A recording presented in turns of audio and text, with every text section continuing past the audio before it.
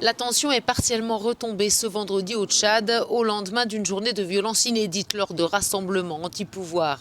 À N'Djamena, la capitale, la manifestation s'est transformée en insurrection. Des contestataires ont saccagé et incendié le siège du parti du Premier ministre, l'Union nationale pour le développement et le renouveau.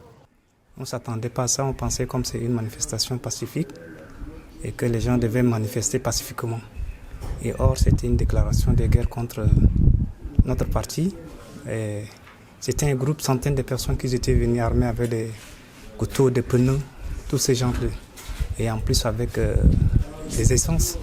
Vous avez constaté les dégâts, donc nous on était un peu minoritaires, nous ne pouvons rien faire.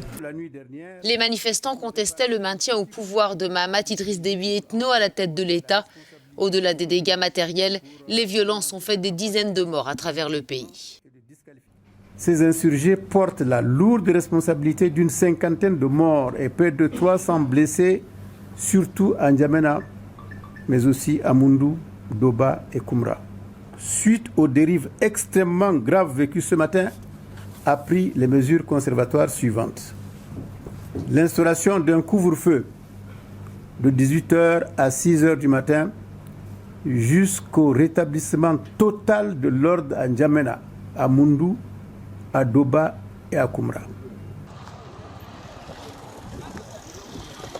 Ce vendredi, plusieurs patrouilles des forces de l'ordre, dont certains agents cagoulés, ont été aperçus à bord de 4x4 pour dissuader d'éventuelles manifestations.